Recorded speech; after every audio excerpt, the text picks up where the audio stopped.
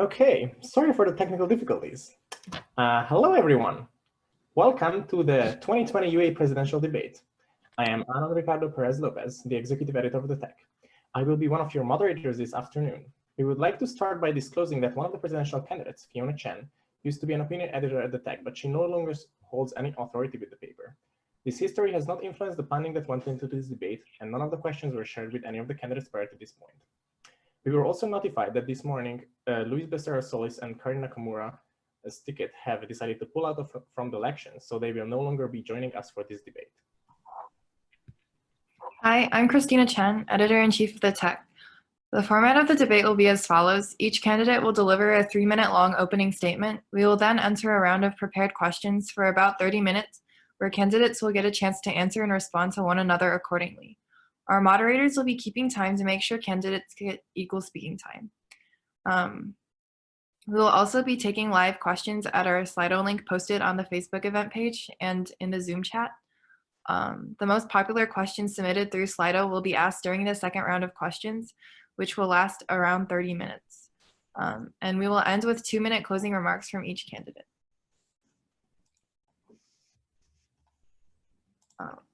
And we're going to do a coin toss to decide which candidate speaks first.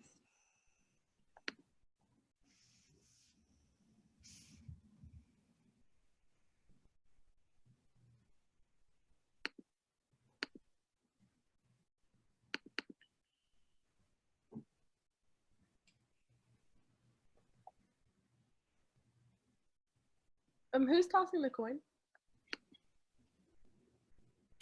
Oh, Nathan, can you do the honor?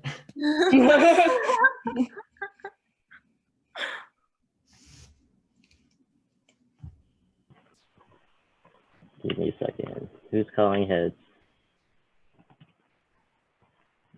I thought we already predetermined this, or I don't know. I'll call heads. Well, okay. Danielle's going first. Okay. Are we ready to start with everything? All right, if everyone's ready to start, then. So our first question is. Wait, opening statement. Oh, sorry, never mind. Yes, opening statements first. Danielle. We'll start the timer when you start speaking. Okay, great. Okay, I'll start. Hi, my name is Danielle Geathers. I'm the current Officer on Diversity for the UA and the chair of the Community and Diversity Committee of the UA. I'm running with the powerhouse that is Fiona Chen. She says hi, by the way. She's the founder of MIT's first Asian American advocacy group. She's events coordinator for CASE, and she's done so much on campus. It's truly amazing. To Luis and Karen, I'm not sure if they're watching, I wanted to thank them for having an amazing campaign. It takes courage and compassion to run, so that's truly impressive. Being sent away from MIT was a major change for all of us. We salute all of you who are listening for your perseverance during this time and willingness to watch the debate. We also salute the residents of EC, East Campus, who are currently dealing with both this pandemic and fighting for the autonomy of their community. Many of us may not be on campus, but Eugene and I want you to know that we stand with you. Your MIT experience matters.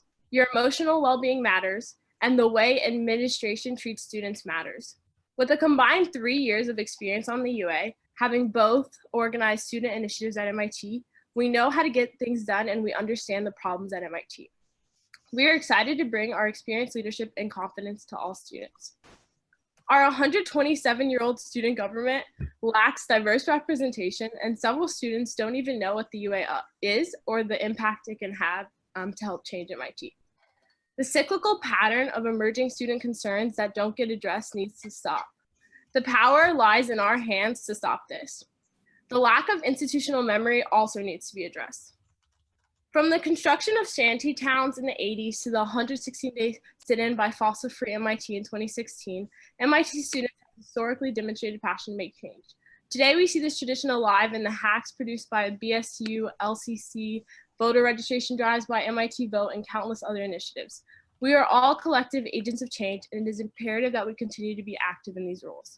Eugene and I will create an inclusive and intersectional student coalition, one that calls upon all of us to join in the promotion of unity, equity, in all policies and authentic MIT leadership. We must protect what keeps MIT special while fighting for the MIT we deserve. At MIT, we reside on Indigenous land, yet there is no dedicated space for Indigenous people, and we still continue to celebrate Columbus Day. It's time for all of us to make that change together. The strength of individual communities at MIT is great, but it takes all of us. We must shift from being reactionary to being proactive. We can't keep begging administration to walk back overly intrusive policies or to actually listen to student groups. We plan to establish a precedent of beginning every working group meeting with student recommendations and concerns to ensure accountability and create a culture around valuing student voices.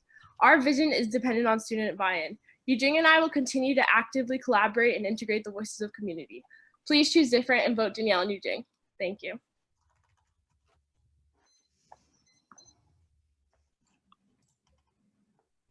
Should I start or?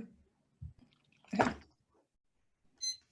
Hi everyone, my name is Fiona and I'm running for UA President with Yara Kameha. I'd also like to start by just thanking the tech for moderating this debate and for Luis and Corinne for running a great campaign, as well as all of the rest of the work they do on this campus.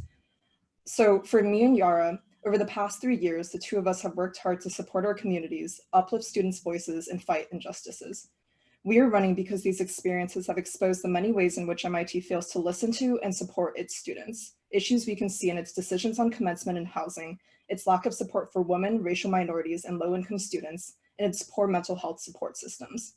These issues stem from and persist through deep structural issues regarding a lack of transparency and centralization of power in MIT's governance structure. Our platform is based on this foundational idea of democratizing governance, which we believe to be a prerequisite for any more fundamental and sustainable change at MIT. Built off that, we have 3 goals. First, justice and equity for marginalized groups. Second, improving mental health and academic support. And third, eliminating economic and food insecurity. We encourage you to read the platform in more detail on our website, but I'll highlight a few points which differentiate us from the other candidates. First, both candidates agree that transparency is important, but our platform on democratizing governance goes one step further in creating checks and balances by guaranteeing that committees have binding decision-making power, expanding external review processes, holding public town halls, and more. This extra step addresses the question of who holds power at MIT, because far too often students voice their opinions, but they are not listened to. Second, both candidates agree that addressing equity through improving support systems and increasing diversity is important, but we go the extra step of proposing accountability mechanisms through improved mechanisms for reporting harassment and assault, targeted trainings addressing implicit bias and power dynamics, and more. Without these mechanisms, there are no guarantees that people who treat women poorly or who make racist comments will ever change their behavior. Third, we are the only candidates with a substantial platform on mental health, which will be particularly important now, given that COVID-19 may force students to continue socially isolating and lose family members. And fourth, we are the candidates with the most substantial platform on economic and food insecurity, which is extremely important given that 18% of MIT students are first-gen and more are low income. Now I'll talk about our experience. I've served as the UA Officer on Policy, aka a main advisor for the UA President and VP, and the co-chair of the Committee on Campus Climate and Policies on Discrimination and Misconduct this past year, the opinion editor for the Tech for 2 years prior, and I was one of the co-founding organizers for MIT Students Against War. Yara has been McCormick co-president, a member of JOMCON, and a member of UA Council for the past 1.5 years, class council secretary for 3 years, and she's held exec roles in the Muslim Students Association and Arab Students Associations. These positions have required us to work on a broad set of issues ranging from meal plan costs to housing decisions to sexual assault. They require us to regularly solicit feedback and support students in accomplishing their goals and frequently come into conflict with administrators, and thus to act as leaders in the exact same way you'd expect a UA president and VP to do so. Together, we can create a better MIT.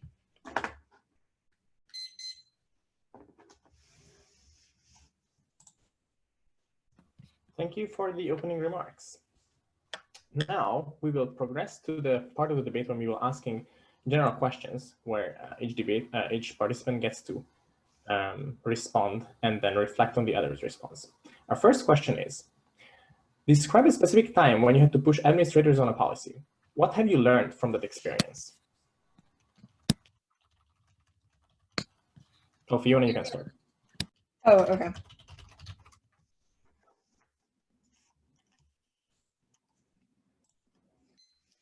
So I think Yara and I have learned a lot from this experience. We've learned that, one, there are very few clearly established and well-utilized channels for communication.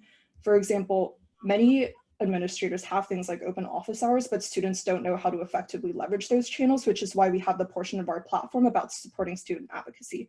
The second is that even in situations in which students effectively use these channels, they often are not listened to, which is why we have the portion of our platform about transforming governance structures so that students actually have power in these decisions. I'll give a few examples in which we have directly come into conflict with administrators. So one of the best examples is through Yara's work on DormCon, in which she's come into conflict with administrators on issues surrounding mutual selection and meal plan prices. But one of the great things that DormCon has done is get administrators to regularly come to these meetings for DormCon so that they can see exactly how students work and what they care about.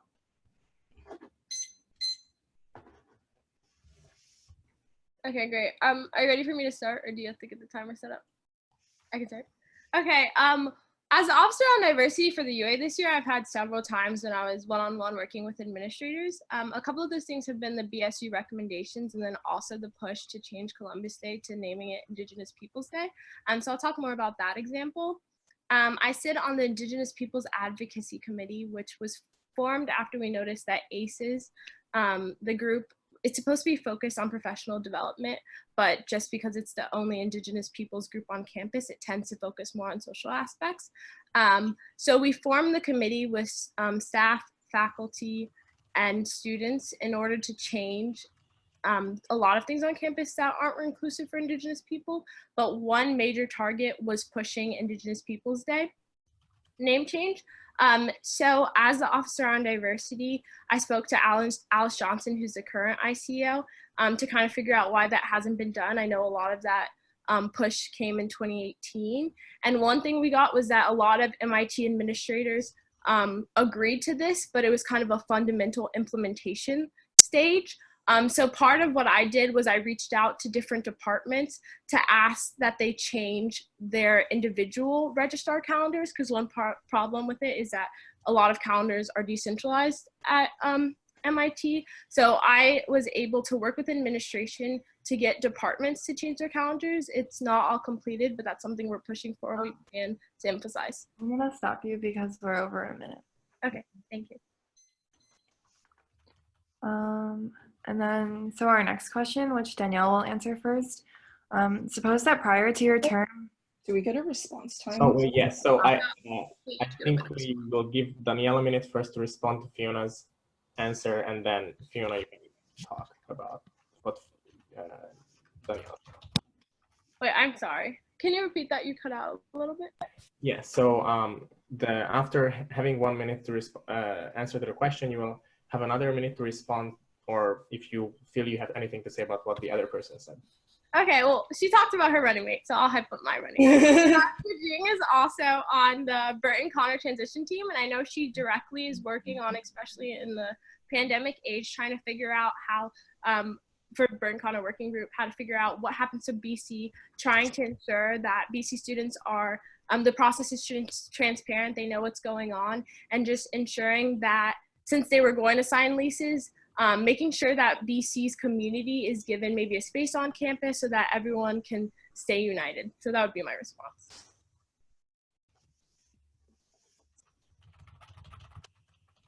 Fiona?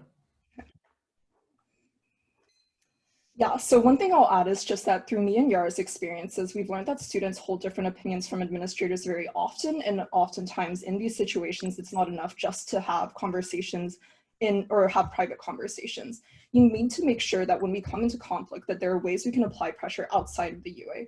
And Yara and I have direct experience on this. I'll give the example of me being the opinion editor of the Tech, in which I've worked with a huge number of student groups to publish pieces on different injustices at MIT, including mutual selection, housing decisions, meal plan prices, financial engagements. These have applied public pressure onto students, with one example of this being successful being the commencement decision this past year, in which Mahi and Charlotte submitted a piece to the Tech.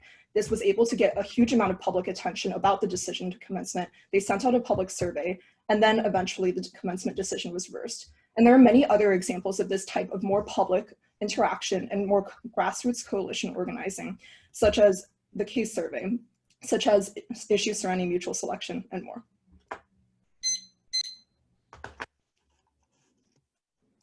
Okay, now we can move on to the second question.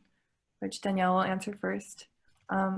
Suppose that prior to your term, administration and student leaders negotiated and formed a decision on a residential life policy. Now, as president, you find that this decision has been unilaterally overturned. What is your plan for advocating for students on this residential issue? Yeah, so I think this is a really great question, especially with what East Campus is going through. I think that they had an idea of what security changes would be, and admin has seemed to instill a policy that does not go with what they recommended. So I was able to speak with the East Campus president this week, and after realizing that it seemed that admin weren't transparent in the process and that what had agreed upon isn't what's taking place, I think a good example of what I would do in the presidency is what I'm doing now. So I'm trying to get students to understand the problem, because I think one thing that happens is our communities are fragmented, so we don't know when somebody else is suffering or when a group has been misled. So I think the first step would be announcing this, educating the whole undergrad body on what is happening, and then getting student power, because when admin understand that lots of students are upset, then they go to change things. That's exactly what happened with commencement changes. Once we were able to provide data that most of the student undergrad body wasn't okay with it, then they kind of go back to change something. So I think that would be my initial tackling student unification.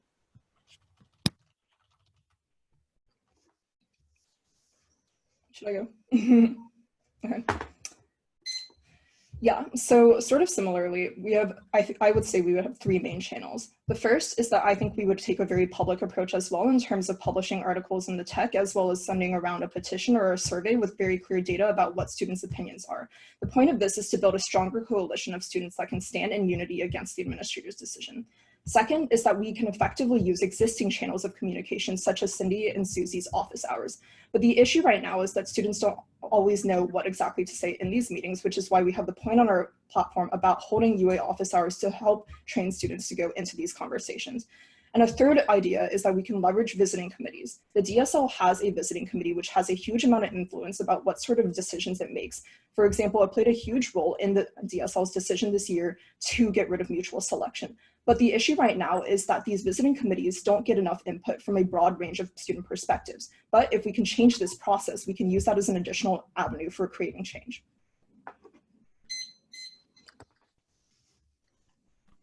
Does Fiona go again, or should I go? You know, now you have another minute to respond to Danielle's response. Oh, okay. Yeah, I mean, I think that like, I will say that like, I think we share a lot of the same goals and many similar ideas, but I will just say that I think Yara and I already have experience coming into conflict with administrators on a lot of these issues, most prominently from Yara being on DormCon and literally sitting in many of these conversations. One example that I'll give of Yara being a really effective leader in this situation is that when there was this issue surrounding mutual selection, what she did was she constantly held conversations with McCormick residents. She sat in her dining hall for 4 hours straight with donuts so that people could come up to her and ask her questions and give her feedback.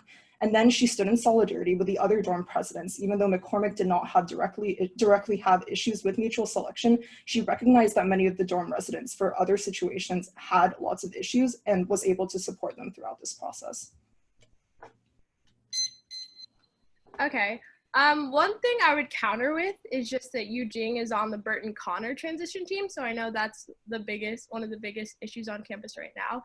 Additionally, she was in a dorm. Burton Connor does mutual selection, whereas McCormick doesn't have that. So she also was really involved with the process. Another thing I would just counter on is UA has office hours now. I know Mahi has made herself available to people, and I think part of it is until we can go to office hours, we need to make sure the UA is known to students. A lot of people don't know what the UA is. They don't know how we can help them, so they're definitely not going to go to anyone's office hours. Another thing is it's very hard when you're UA president and vice president to be pushing out these articles. Mahi and Charlotte have done articles in the past, but it's kind of a big time commitment. So I'd be interested to see if you were going to add a position to the exec team or who was going to be doing these articles so often, if you were going to be busy doing other stuff as well. So I think engagement would be my top thing and kind of the realistic part of the ideas. Cool, thank you for the thoughtful replies. Our next question is, so the MIT 5-year climate action plan ends next year.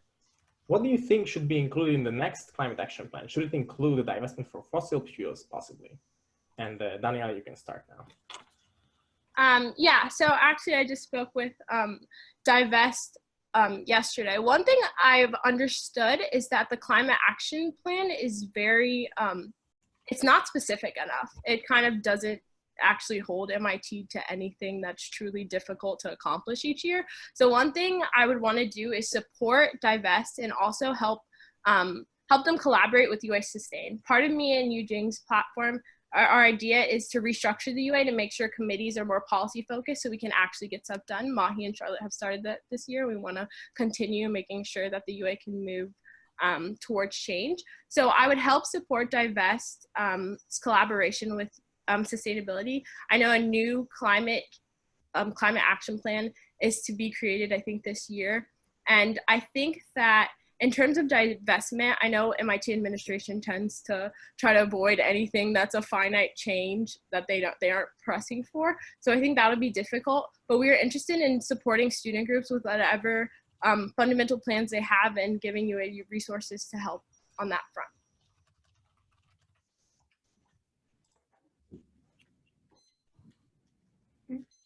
Fiona can speak whenever she's ready. So I'll say that Yara and I personally believe that divestment is a good decision because climate change is an existential threat that will deeply affect our lives and our children's lives. But I also will say that I know that the topic of divestment is really controversial. And we do have a sense that it's relatively popular given how quickly the group is growing this past year, but we want to make sure. So this is what I do. We would hold a vote in UA Council on what the UA stance towards a lot of these climate issues are, in particular divestment. And if UA Council votes yes, like we should divest, then we could take a more public and stronger stance about including divestment in the next climate action plan. But I'll also say that I think that there are a lot of other issues with MIT's current climate strategy that could be changed. One major issue is that right now, the way that MIT is counting what sort of emissions they have makes it seem as if they're cutting emissions a lot more effectively than they actually are, because they don't include this thing called Scope 3 emissions, which is basically emissions from transportation, from professors going to conferences, from sending food to the dining halls, etc.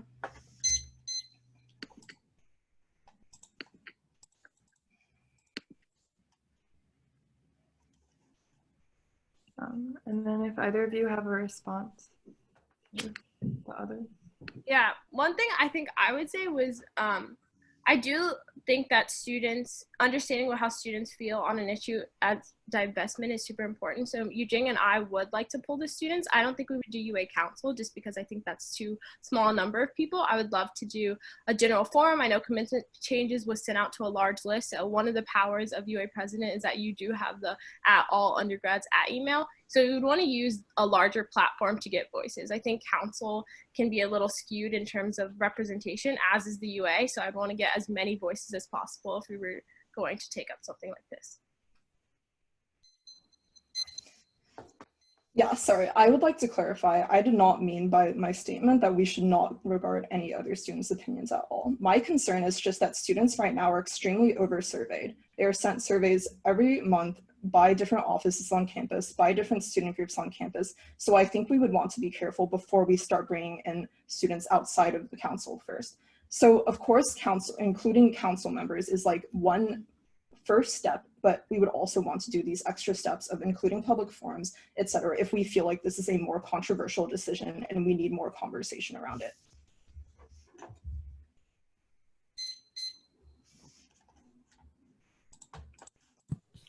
All right, thank you. Our next question would be,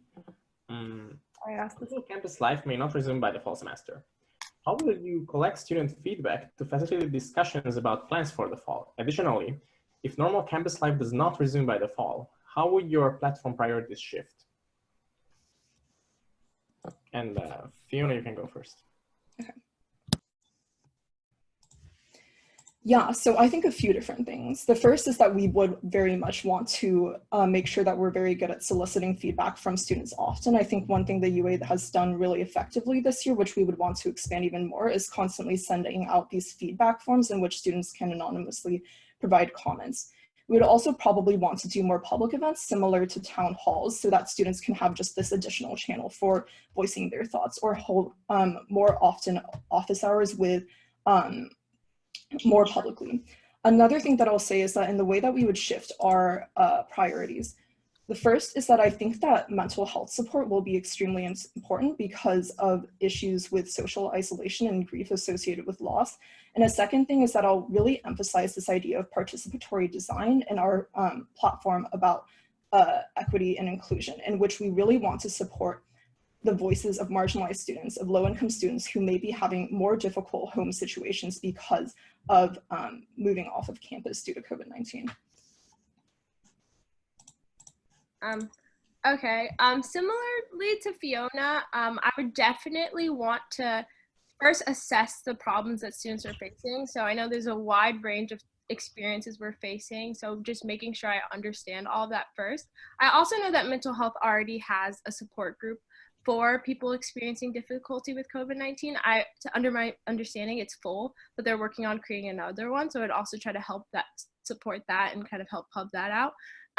One thing I would say was I'd be a little wary of feedback forms. I definitely would send one out, but as Fiona mentioned, students are getting a lot of those, so the response rate would probably go down fast. But one idea I had was to go to groups. So go to group leadership, tell them that we were really passionate about getting feedback. I know innovation is going to be super important. Even like Ian Waits is trying to figure out how we're going to deal with population density on campus in the fall. So kind of talking to student group leaders and kind of using that to gauge how we incorporate student voices. So I think one-on-one connection will be the key to that. Oh, sorry, this is the second part. How much time do I have? 1 minute. Okay. What I would also say is that in terms of unionized policy, a lot of it can be accomplished remotely. I think everything except for free menstrual products in dorm rooms can be accomplished remotely. But I think that mostly what people are voting on is the values of the candidate. Anyone can anyone can have ideas, but I think it's important on the implementation. So Eugene and I's experience doing the grassroots work, me with BSU, B1, several other organizations, and her with CASE and the Asian American Initiative, we have that experience and we know how to do it. So I think our values of unity, equity, and authenticity will drive us and allow us to kind of be there for the MIT community during this time.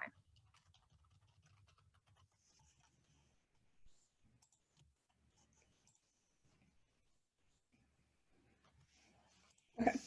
I'll start by emphasizing that I think that Yara and I actually also have very strong values underlying each of our ideas in our platform. We are campaigning on this idea of democratizing governance and on the idea of equity as well, which is exactly what you see as important issues for this upcoming year if we have larger issues with coronavirus. I'll also respond to a few specific points. Yes, mental health already has a support group surrounding coronavirus, but there's always more we can do. For example, they don't currently have a support group about how to deal with difficult home situations. They don't have support groups on many of the other issues associated with working from home that people might be stressed with right now. And there are also ways that we can expand outside referrals if people want to get more one-on-one time. On the issue of going to group leaders, yes, we completely agree. This is extremely important, which is why Yara and I, the first thing that we did when we decided we would run is that we went to a bunch of these group leaders and we had private meetings to get their feedback on what they wanted to see in a platform and what they wanted to see us focus on next year.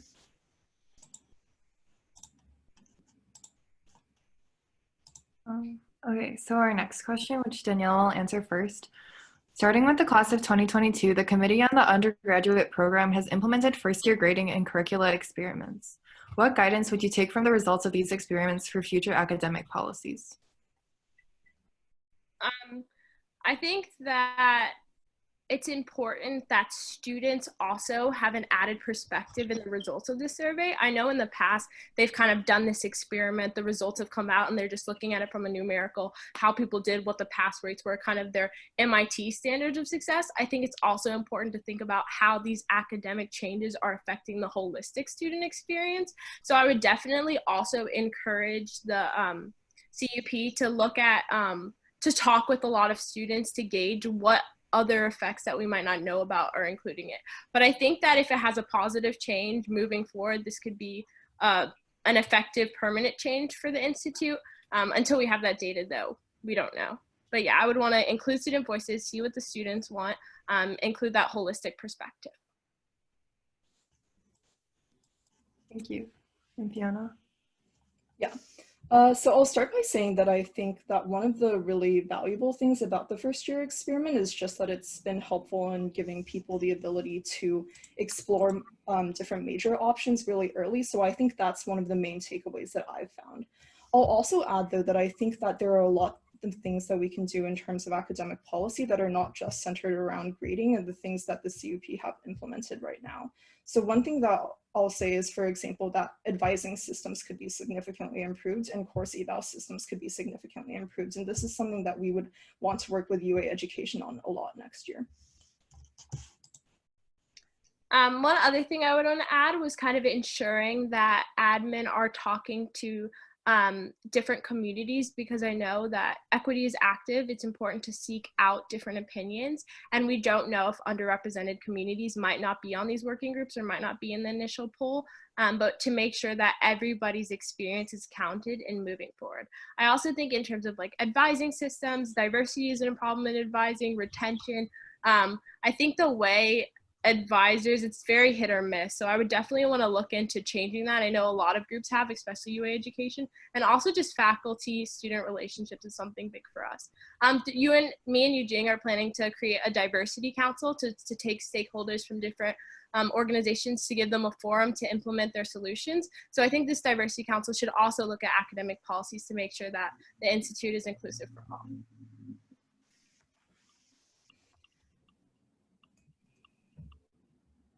Yeah, I think I will just add that, like, I agree with a lot of what Danielle said, actually. This is kind of what we were trying to get at with our idea of participatory design, which is that every decision that's being made needs to make sure that it uplifts the voices of racial minorities, of women, of different people who may have experiences with more difficult experiences in terms of their educational backgrounds by nature of their identities or other aspects of their backgrounds.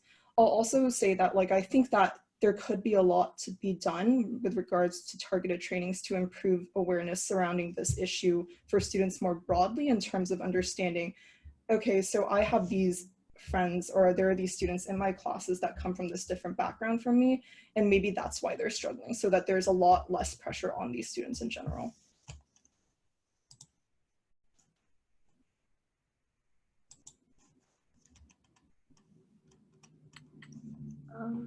And our next question, which Fiona will answer first. You've all stated in your platforms that improving communications between students and administrators is a top priority.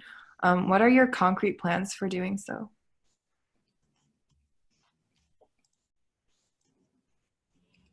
Oh, sorry. Yeah, so I think there are a few different things that we could do. The main thing that we think would be really valuable is to hold more of these public town halls that's sort of similar to what we saw with the Epstein situation, in which students got the opportunity to hear from administrators in a more public forum and also question them. This one was really effective because it allowed a lot of survivors of sexual assault to come forward with their stories, and consequently MIT is now working to bring back its support group for survivors.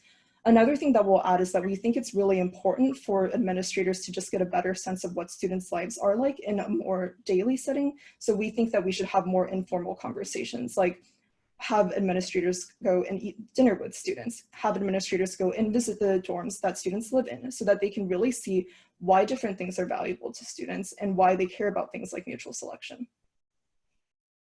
Yeah, the first thing I would say is the most important in kind of helping that student to admin vector is the relevancy of the UA students. I know as long as a lot of students don't know what the UA is or don't want to be involved, the UA will be out of touch and they will only be representing some student voices. So I think the first step would be lowering the barrier to entry of the UA and making sure everyone knows what they're working on so they can include their feedback to that. I know Rishi Shah and Naomi Michael, the secretary and chiefs of staff of the UA, now they created a feedback form on the site, and that's underused. I think people don't know about it. It's really important that we're able to get feedback that way, and that the UA is considered a good resource for students. Another idea we have is creating a precedent so that in every working group things can run more smoothly. Students begin by stating their recommendations, so that'll frame everything in a student perspective, student voice, and then actually getting stuff done. So that's a major suggestion that I think will increase kind of students being at the table, they're at the table, but increasing admin listening to them and getting their ideas implemented. Yeah, I'll add that I completely agree that this idea of increasing communication between the UA and the student body is really important as well, which is why we have the portion of our platform about doing exactly that through efforts like revitalizing the Byte and also having more interaction with student groups through regular meetings throughout the year so that student leaders can voice their opinions and what efforts their group are working on, as well as petitions, events, etc. I will add, though, that the reason why I started with the question of administrative transparency is because I think that students do want that more direct communication with administrators a lot of the time. And administrators are often very out of touch with the way that students work and the way that students think. So I think that it's really, really important to increase transparency in that regard.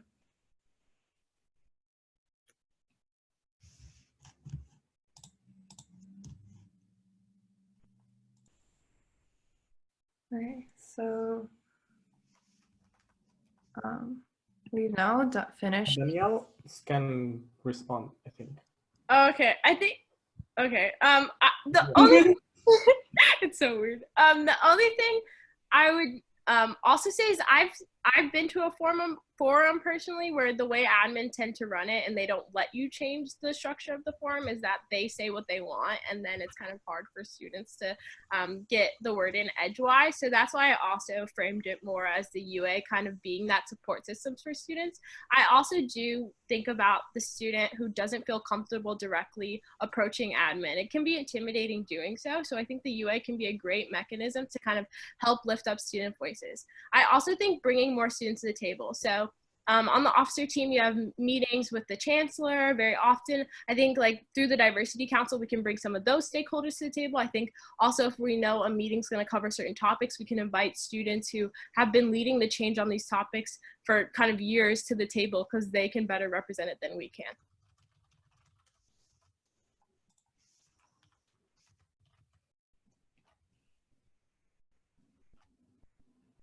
So now that we've finished the kind of general question portion, we're going to have 2 questions for each candidate that are specific to that candidate and their platform.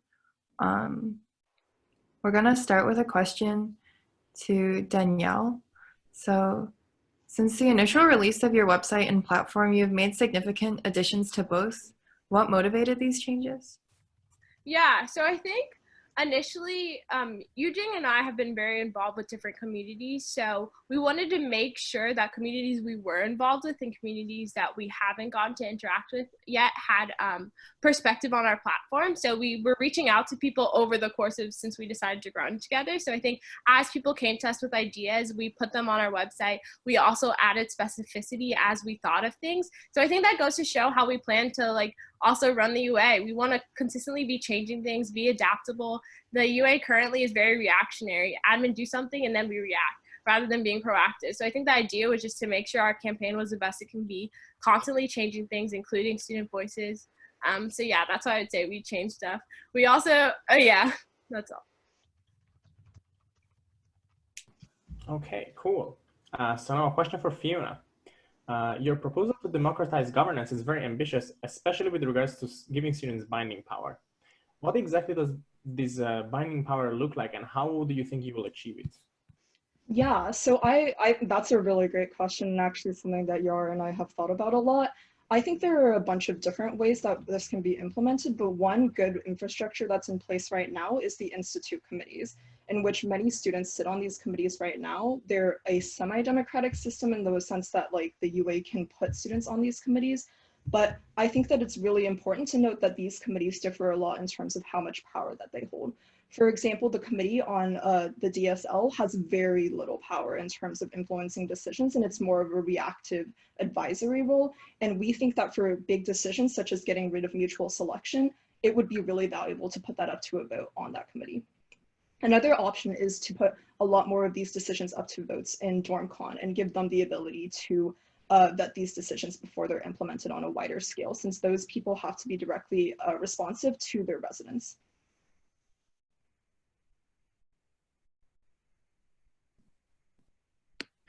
And then another question for Danielle. As a member of the BC Transition Committee, your Vice President Eugene has been directly involved in issues regarding the BC renewal. How has her experience informed your ticket's perspective on working with administrators, especially with regards to residential life issues?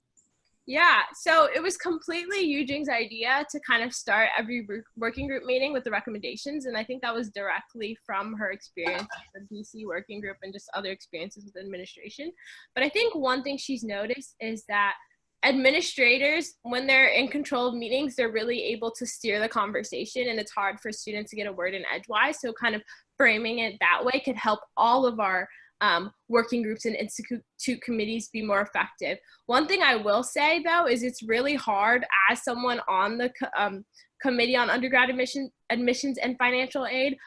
That committee is very open to student opinions, but I also understand that at the end of the day, the chair of the committee is in complete control and they kind of make things happen. So kind of getting them to do anything is kind of impossible from the UA perspective. One thing we can do is use our powers as a united student body to kind of push the envelope that way. MIT is not happy when all of their students aren't happy. So I think that's the best thing that works for us in terms of making change.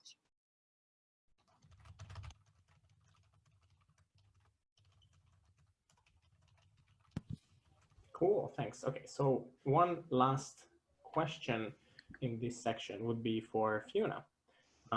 So your VP Yara is McCormick co-president and a representative to DormCon during the and was representative to DormCon during the period in which administrators ended mutual selection and proposed increasing meal plan costs. What was Yara's role in advocating for students on these issues, and what did she achieve?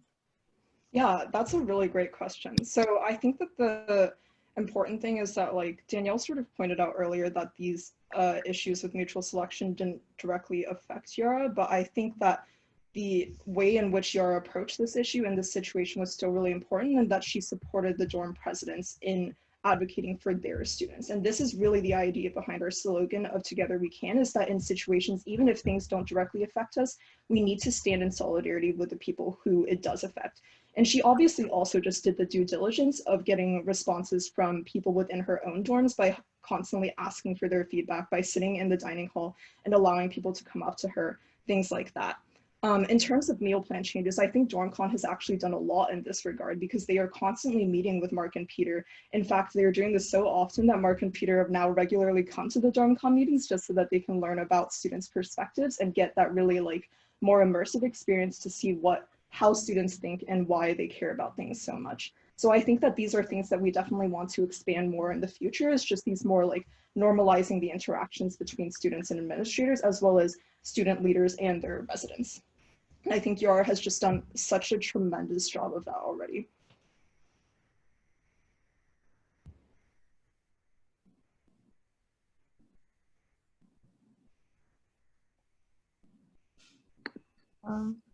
So now we're going to move on to some of the questions that were asked in the live forum. So the first question is directed to Danielle. As UA diversity officer, what have you done for non-Black minorities, for example, Hispanic and other communities? Yeah, so a lot of my work actually has not been with the Black community. I did a lot of that my freshman year when I was actually in those orgs. The first person I actually met with was Uriel from the LCC, and kind of my question was, I created a complete diversity report, so looking at the underrepresented groups on campus. I met with most of them and asked them for their feedback, what they didn't like about MIT, what they think could be improved. So those were the first people who I met with. They said a lot. One of the biggest problems for them is that getting students involved early enough on so that later in their MIT experience, they don't feel like they can connect with the community as much. I also know that the LCC is in the basement of the stud, so that's kind of hard to get people down there and like encourage and kind of have a nice place to be. Other groups, I've personally working with the South Asian Association of Students. My committee has collaborated with them on a lot of things, and I know they're planning a speaker series this year, so I've done a lot. I also think I've been working with offices a lot because student groups are busy and they have their own events. So just through the OMP, the OME, I've supported those efforts and made sure students can go out to those events. I also did a police mixer. I invited all students to come actually. So I think a lot of my work as officer on diversity has not been focused on Black student issues. as much as it may seem, because I am a Black woman and I'm very passionate about that. But my work has been for all students, not even just underrepresented minorities. Cool, thanks. So now a question for Fiona. How do you plan to keep your promise to increase minimum wage, increase meal plan affordability, and subsidize summer housing in just 1 year? Yeah. So one thing that I'll add is that, like, I'll start with is just that I think that a lot of these more substantial changes that we're advocating for, such as the increase in wages, is not necessarily something that we see as happening immediately, but rather as something that we should be laying the groundwork for years going forward. So we need to start by having these conversations, normalizing the idea that students are providing labor to MIT, especially student volunteers like pleasure educators, and they should be better compensated for this labor, especially when professors are getting paid so high themselves. So I think a lot of these things, yes, I agree, they're really big and ambitious changes, but we see them as necessary given how many issues at MIT, or how many people at MIT are struggling significantly with financial issues. I'll also add that a lot of the time people bring up this concern of how do you pay for this, but MIT is really just overflowing with money, and a lot of the time it seems impossible until you show the administration that how much students really need these issues. I think one really great example of this is that nobody at MIT talked about food insecurity at all until CASE did its survey in 2016, and now it's in basically every single conversation, every single presidential election, and now MIT has created SwipeShare and TechMart in response to a lot of the findings. So I think there's a lot to be said about the power of standing in unity with different student leaders, of being a stronger UA and pushing for a lot of these changes, which currently don't seem very possible. Okay, and then another question for Danielle. So your Vice President Yu Jing founded the Asian American Initiative, which is MIT's first Asian American advocacy group. An audience member asks, as a disadvantaged Asian American student, why have I not heard about it?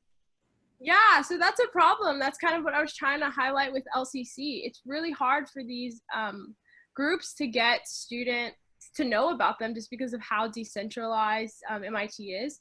I know Yu Jing, it took, I think, over 5 months for the ASA to even recognize the initiative because they didn't think that Asian Americans needed another group. I think they didn't understand how important the work she was doing is, but she was able to get it recognized. And over the past few months, she's been trying to push it out and get people to hear about it.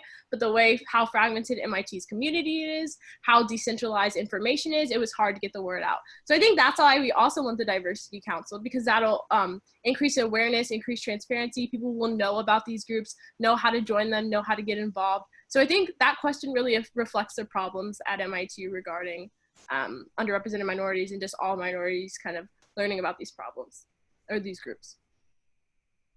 The clubs also did a photo mural project. There was different things in Lobby 7. You might not have known the name of the club, but they've been also pretty active.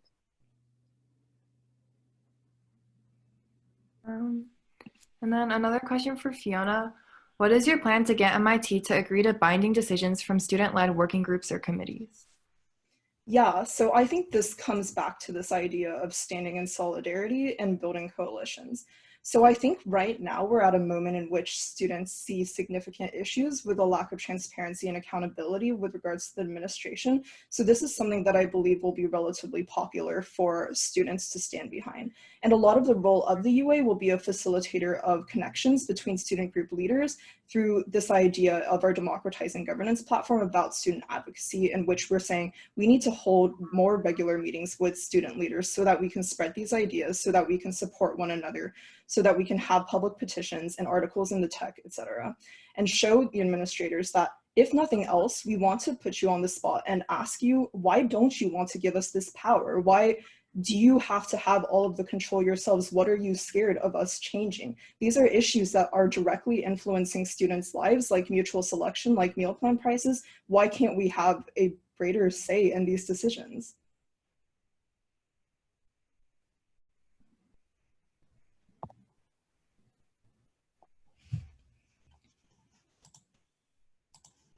Okay, so now we have a question for both of you, actually. The question goes, how will you contribute to protecting the individual liberties of MIT students specifically campus speech and peaceful protest. And let's have Danielle start. Yeah, so definitely, maybe you noticed in my opening, I kind of talked about the peaceful protests that have been done in the past. Additionally, several groups on campus, hacks is one of our best ways MIT students use that. I think it's clear to everyone that civil liberties are very important. I'm wondering if the person asking this question has something exactly in mind, but to protect them, I'm not sure how much admin has infringed on that, but if there was a time when I would definitely fight against that. I think that goes with my point of unity and kind of making sure all students are aware of problems that come up and are able to quickly mobilize to fight for things that we think are right. Yeah, I'll say that one is that our idea of supporting student advocacy through the creation of a advocacy resource library and these more regular meetings in which student leaders can meet with each other is kind of this idea of giving more students a platform to voice their opinions and build stronger coalitions. But I'll also add as a caveat to that, that I think that this question of how you balance free speech with more issues surrounding discrimination or misconduct is really important, and that a lot of the content, there does need to be some extent of moderation. We need to make sure that there isn't speech on campus that is discriminatory, racist, sexist, and we've seen this in the past with issues like the party flyer a few weeks ago that had a very racist stereotype on that. And so I think that we need to make sure that, yes, we can preserve individual liberties and make sure that students can voice their opinions, but also that these opinions don't come at the expense of minority students, of women, etc. Given that this is a question for both of you, I think we'll try to give you an opportunity to respond to the others' comments. So I guess, Danielle, do you have anything to add to what Fiona said? Yeah, I think that one thing I'll add is just in terms of the East Campus party flyer or invite, which did have racial epithets in it. I think that definitely language that is offensive, sexual harassment. I think that reminds me of VPR, thinking about expanding and support for the violence prevention response team. I know a lot of frats have been asking to be educated, and since they only have a few people working there, they have like an 8-month waiting list. So I think that's why it's really important for you, Jing and I, to kind of focus on giving resources to programs that help support students and ensure that their liberties are intact.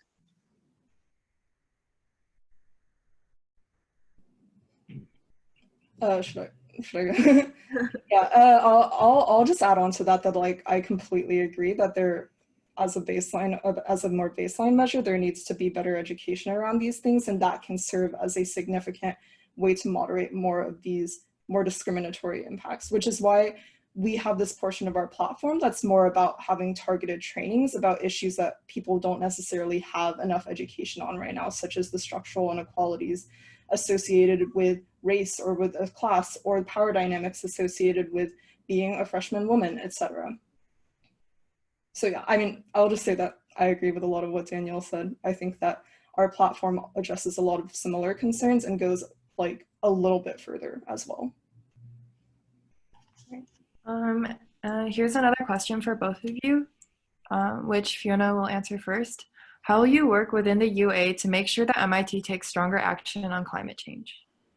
Yeah, so this is kind of what I was trying to get at a little bit earlier in terms of what I was saying regarding the decision for divestment. So I think Yara and I both agree that climate change is a really, really important issue, and one that MIT needs to take more action on, especially given that it is such a prominent scientific force in the world. And we think that the UA can actually play a really large role in that in terms of supporting student advocates. But again, for a lot of these more controversial decisions, we would want to make sure that, like, if we were to make a public statement or start writing articles in the tech or start circulating petitions, et cetera, that we have feedback from students on their opinions, and that we also have the legitimacy associated with holding this up to a vote on council, which is why I think the first thing that we would do is open up a lot of these issues to conversation with UA Sustain, opening them up to conversation with UA Council, opening it up to the rest of UA Cabinet as well as the rest of the student body. And once we have that dialogue, then we can talk about having a vote, seeing what the UA stance is, and then more publicly supporting student advocates, as well as just in general, giving them better resources. Yeah. For that question, I would also just cite the importance of institute committees. I know that the president of the UA sits on the Presidential Advisory Committee, so they get to meet with Rife about once a month. So one thing that I think is important is kind of reminding President Rife on, like, if MIT is being ironic. Are we going around saying, oh, we care about the future of the world and reducing climate change, but at the same time we're investing in certain companies? So I think part of that is getting the student voice directly to President Rife, because part of the bureaucracy of MIT is it's really hard to get stuff done, especially as a student trying to work. Me and Eugene have experienced that firsthand. But one good thing is that if you get to President Rife and get him to understand your perspective, he can kind of do an overarching new idea that rains down positively. So I think that Presidential Advisory Committee will be big on that. I could sit and kind of represent the climate change pushing action. Additionally, CJAC, the Corporation Joint Advisory Committee, they pick different projects to work on. So potentially one of the projects for next year could be thinking about climate change. There's one on 2050, kind of thinking about how MIT will be affected in a few years. So that definitely will be related to climate change. But I would suggest even one now, focus on what we're doing now, how that affects climate change, and how we can change our ways.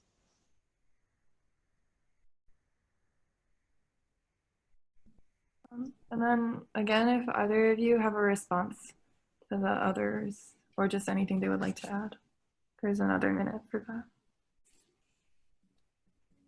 One thing I would add is in terms of, like, me and Eugene also want to restructure the UA, so kind of continuing that work with UA Sustain to make sure that doing the fun stuff like the thrift shop, a lot of the cool things they have planned, also helping direct the whole UA to a more policy-driven focus. So that could help, including bringing divest to the table and kind of focusing on how we changed the UA. And I think part of that also is kind of going to student groups. I think it's easy to say, oh, student groups can talk to me whenever, but I think it's also important that you outreach to them, be active in including these voices and supporting students.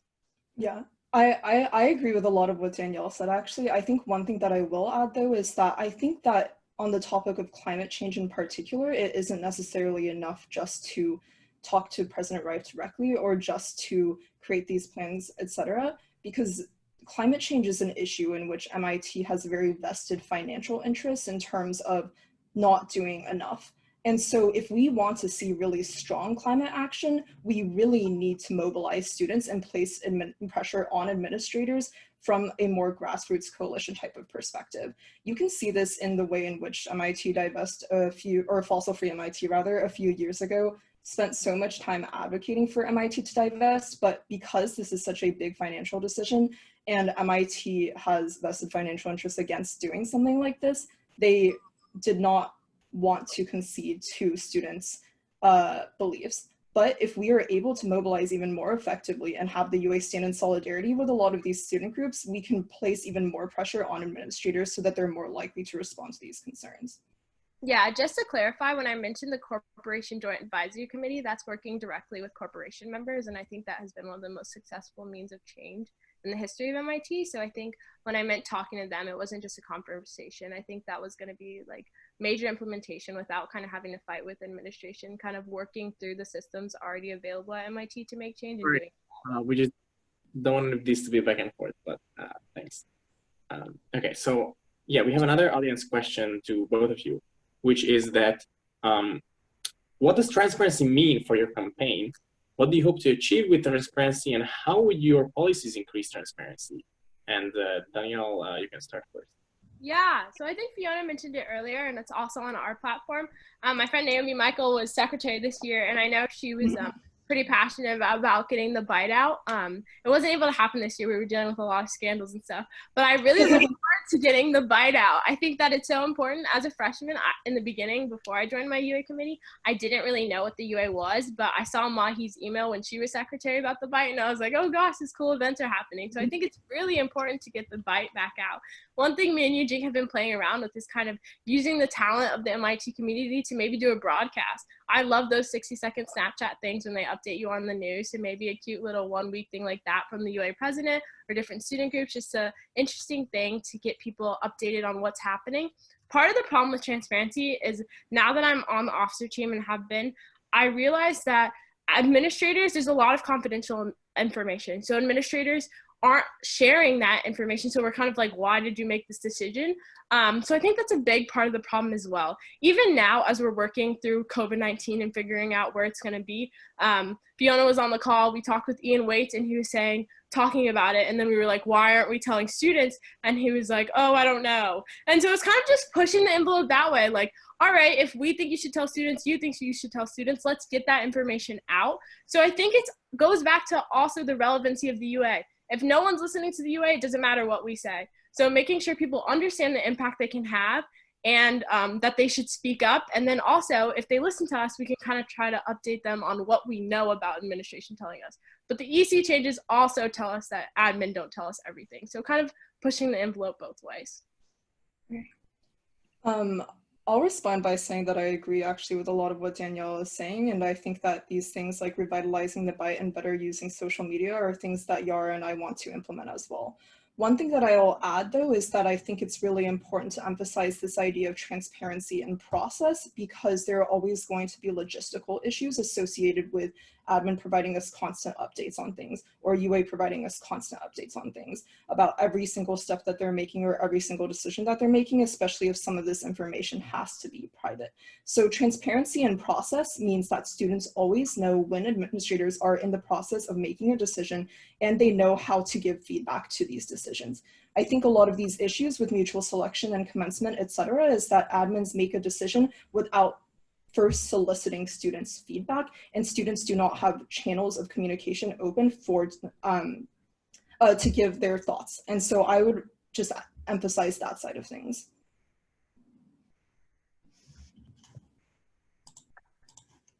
Danielle, do you have a response? No.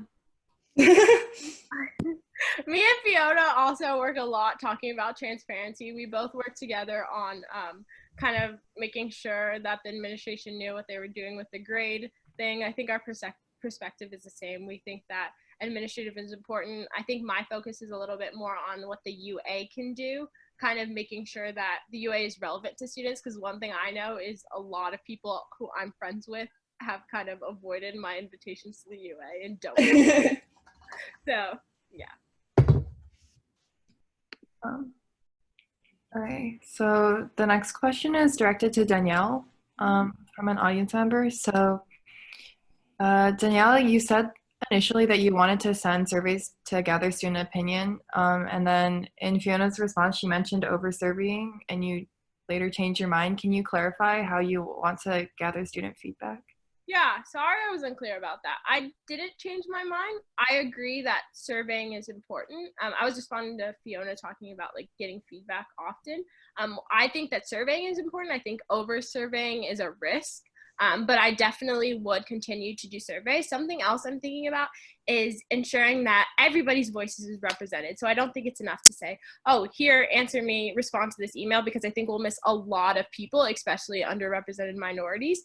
So I think that back to equity is active. I think we need to go into these communities. I want to go to their meetings and present the topic and then hear feedback, because I also know if I present an article with the survey, some people might just do the survey, not read the article, not have all the factors. So kind of using the UA structure, restructuring it to make sure that all the committees are working better. And then we can also use committee members to go back to their committee, gauge information, and then come back. So I think that under getting student impact, engaging the student voice will come with restructuring the UA on top of surveying and Eugene and I making ourselves available, but also going the extra step of going into those communities and making sure they know we are actually standing by them and being actively seeking that information.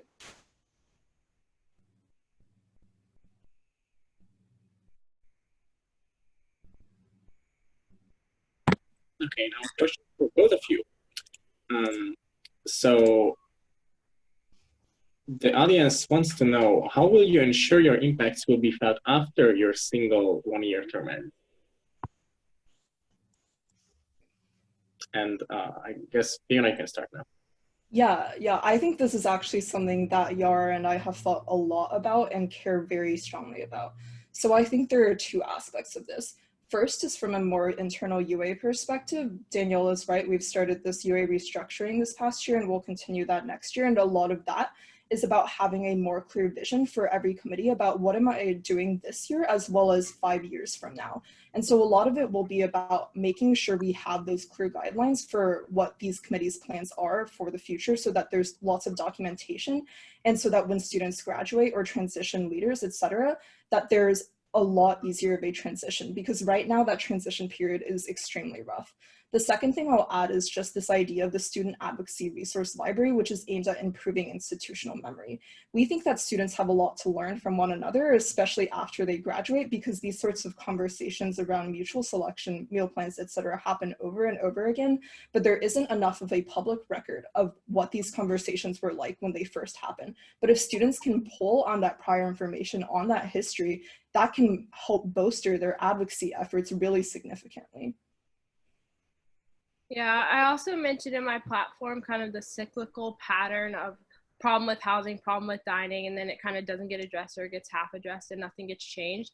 I think part of that is making sure UA committees are structured and that the documentation is all there and that when committee chairs transfer, making sure that information is there. So I think moving forward in terms of restructuring the UA, making sure that the officer team is in constant contact with all the committee chairs is important, and that'll have a long-term impact on the ability of the UA moving forward. I also think that if we're able to put the Diversity Council in the Constitution, that could have like a positive change on the future of MIT, and especially how we consider diversity issues, how important we consider diversity issues in the future.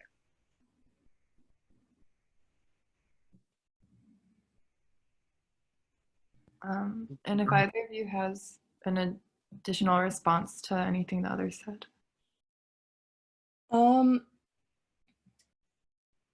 I don't in particular, besides just that I really want to emphasize the importance of having a more public historical record about a lot of these issues. So as a student advocate in general, I think this is an issue that I think a lot about, but we were having a conversation with another student a few days ago who was talking about how in East Campus, they have something sort of similar, which is like a Google Drive with all of their meeting notes with administrators on topics like mutual selection, et cetera. And so when this conversation was revived this year, they were pulling on a lot of the information from those past conversations. They were seeing what are arguments that worked well in the past and what are arguments that didn't. How did we get support from different groups on campus, et cetera. And so I really think that having more information available for students in this regard is really important, which is why we have this idea of the Student Advocacy Resource Library. Yeah, and one thing I would add is one thing Eugene and I were talking about after David Spicer, a member of my committee right now, brought it up, was the idea that freshmen are often left out of the UA. They kind of join a committee, they kind of assist on some tasks, but unless they're really passionate about taking over a task, they're not truly involved. Like with the fundamental aspects of changing things. So the creation of a UA freshman leadership program that would help connect freshmen to older members of the UA could also help increase institutional memory. So I think part of it is when you're a freshman, you might not know that many upperclassmen. So creating a program like that and kind of educating people on how the UA works, what resources are there for them could help just in terms of keeping institutional memory alive and making sure that we're all moving forward instead of cyclical. And then we have another question to both of you. How will you fight against the administration's clear efforts to gentrify our dorm culture? And Danielle will answer first. Yeah, definitely. So I think that really reminds me of what's happening with East Campus right now. I think one big thing I would say is a lot of people, like when people are running for the UA, they kind of say like, oh, dorms, housing. I think that DormCon is there for a reason. I think it's our job to amplify and help support DormCon. I know DormCon is fighting against that right now. So as UA president, I would want to make sure the DormCon president and I are best friends and that I'm updated on everything they're going through so I can make sure that I'm there to support them. I think DormCon has good ideas and that they are in touch with the student body. So I think that also goes with student unification. The best way to fight is through like unification. So like I said earlier, mobilizing and make sure that the student body, if something happens to one of our dorms, it has a potential to happen to all of our dorms. So make sure we're united.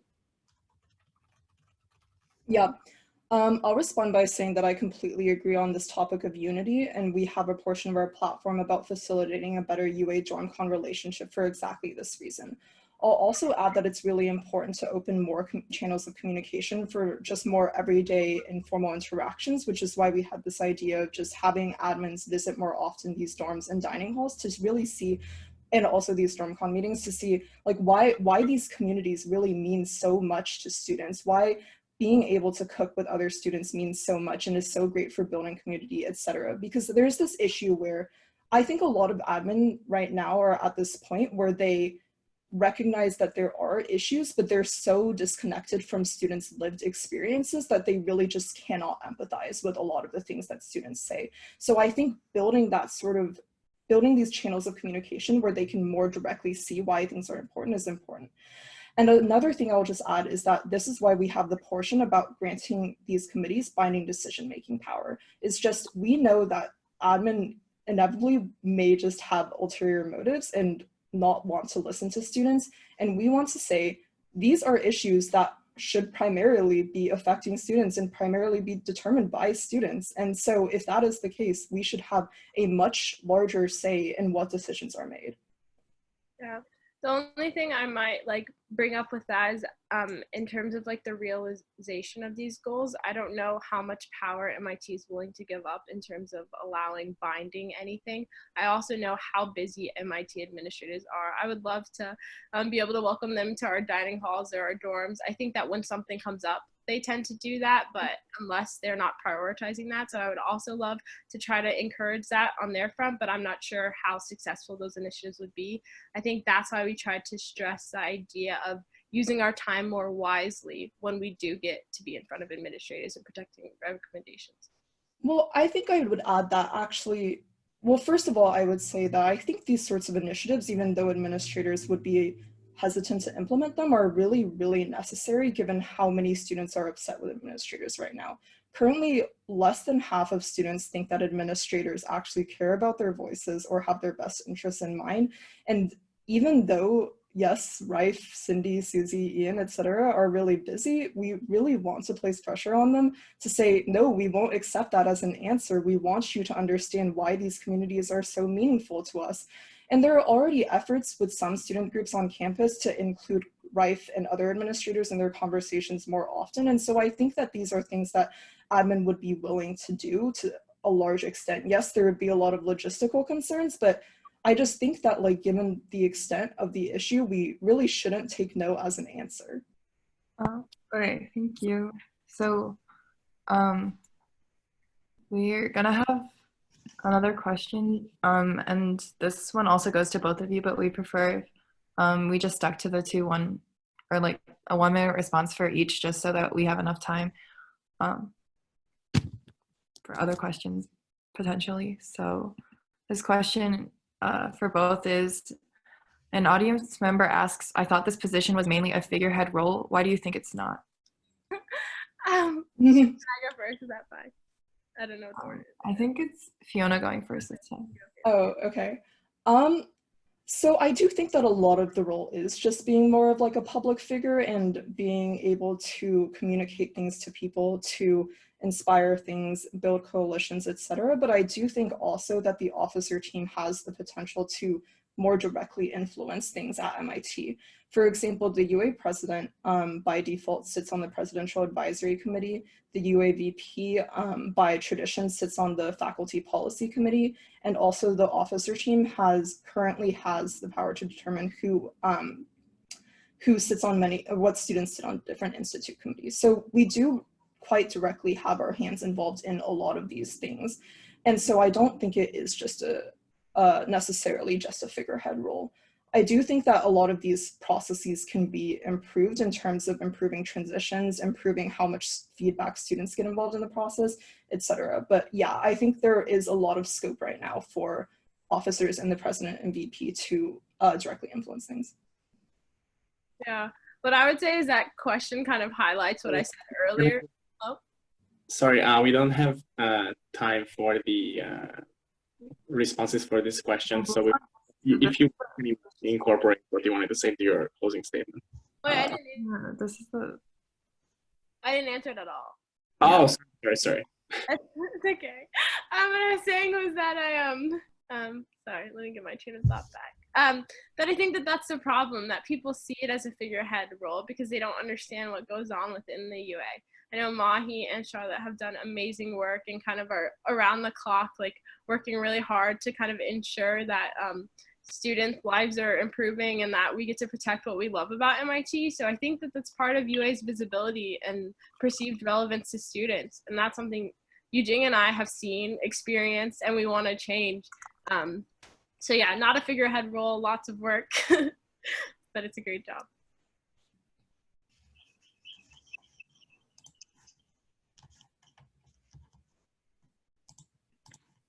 So we have one last question before we're going to move on to the closing statements. So this question is, administrators have attacked hacking culture. For example, they have placed a cage on the Stata loading dock. What is your plan to deal with this issue? And the first person to answer would be Danielle.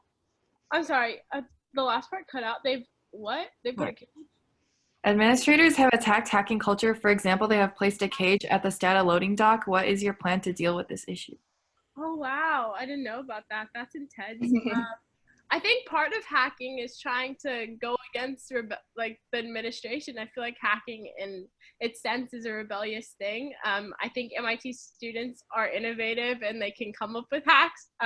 If students are interested in coming to us for ideas, I'd be interested. But I think that the point of hacking is that it's not allowed, and the idea is to get around it.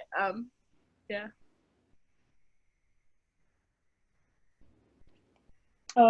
Yeah, I'll just respond by saying like that is a little bit ridiculous. I didn't know about that either, but I'm sorry for people who are really involved in this that happened. I think that again, this kind of goes back to why we have this really large portion of our platform about supporting student advocacy, so that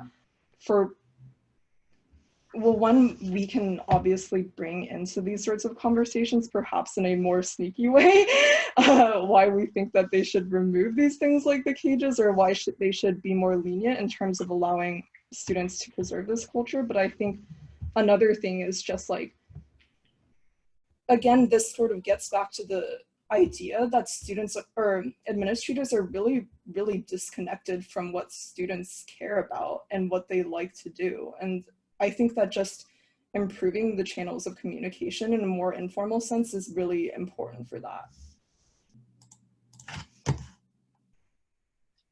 Cool. Okay. Thank you very much for your answers. And while we appreciate all of the audience questions that have been sent, unfortunately, we cannot get through all of them because we don't have enough time. But we will send the remaining questions to the candidates, and they can, I guess, choose to respond to them on their own.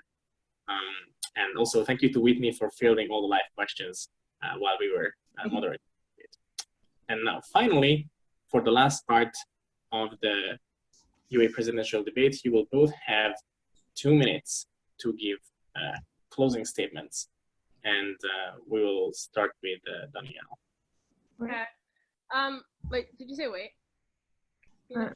I thought we would start with Fiona because. Start with Fiona. That's fine. Okay. Yeah, I can start. So Yara and I are running because we really, really deeply care about MIT and its students and want to make MIT a better place, which is why the two of us have spent so much of our time being leaders in our communities over the past 3 years. But I think that these experiences have shown us that there are many really deep structural issues at MIT that will not be fixed unless we push for a far more democratic governance system. One that is not only transparent, one that not only uplifts the voices of minorities and women, but also grants students actual power over decisions and has in place accountability mechanisms such as internal and external review processes so that administrator power is not abused. Because we can't just keep focusing on all of our energy on incremental reforms or symbolic actions. We need to think a lot more deeply about what are the roots of these issues? Why do we keep having these same conversations, these same issues over and over every 5 years? And how do we attack these issues at the roots themselves? And this is a prerequisite to any more meaningful change in the areas of every part of our platform and every part of the other candidates' platform, whether it's about equity and inclusion, whether it's about mental health, economic security, housing, dining, and more. We also feel that we just are the best candidates to execute this platform and be leaders in a world that requires a lot of flexibility, because our leadership experiences have provided us, one, a broad set of knowledge and skills about all of the issues that MIT students care about, whether that's racial injustice, whether that's sexual assault, mental health, housing, or dining. And two, experiencing with balancing this idea of cooperation with firmness in discussions and administrators. And three, experience with mobilizing channels of creating change outside of just private meetings and regular office hours through public petitions, articles in the tech, mass meetings to facilitate coalition building. As a final note, we know we've gotten a lot of questions during this debate, but we're sure you have a lot more, which is why Yara and I are having a campaign hangout tonight at 10 p.m. Eastern time. Come by, ask us questions, rant about things you hate about at MIT, give us music recommendations, literally anything. There are a lot of issues at MIT, but things are not hopeless. Things can change if we mobilize effectively, stand in solidarity, and fight together.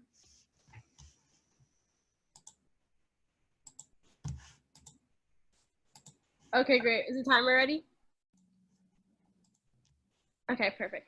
I want to thank the tech so much for moderating this debate. I know you guys put a lot of thought into the questioning and the logistics, and it got a little messy at the end there, but you guys I also want to thank all 73 now participants for watching this debate. This is amazing, especially during this pandemic and all that's going on.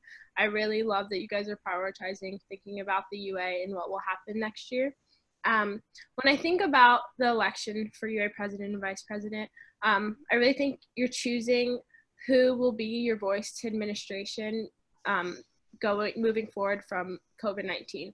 I think it's important to choose people who are super into the idea of prioritizing student issues, which I know Fiona is as well. Eugene and I have seen firsthand student leaders kind of putting the weight on themselves of managing their whole community. So we want you to know that we are here to support you, and we want to make the UA a place you can come to and look for support. That's why we are thinking about the Diversity Council and other initiatives in restructuring the UA. I also know that communities have tirelessly led the charge to change a bunch of things at MIT. From the BSU recommendations, which I'm currently working on with John Dozier, the new ICO, to change from other aspects of underrepresented minority problems on campus. I know CASE wants to do free food pantries at every dorm. Eugene is a part of CASE, and we're trying to work on amplifying student voices to just ensure that the UA is doing its job on making sure that admin hear students' ideas and that these ideas are actually getting moved forward and that things can happen with them. Additionally, a lot will undoubtedly change for us as we move forward. So we really think it's important to have an adaptive and responsive team. Eugene and I have run different programs. I started a program to help increase the number of Black women at MIT. Eugene has done crazy things, especially with the Asian American initiative. So we're used to kind of having to be on our toes. And although some of our platform points might change or our initiatives, just know that our values of unity, equity, and authenticity will lead us through this, as we think it's very important for MIT. So she's different, but Danielle, do you think? All right, so we just wanted to thank all the candidates for participating in the debate, and thank you to all the participants who came.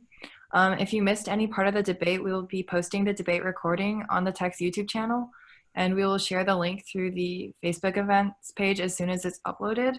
The Tech will also be releasing an endorsement of a candidate early tomorrow, so voting for the UA president will open at noon tomorrow through an Engage link that will be sent to students. Thank you, everyone.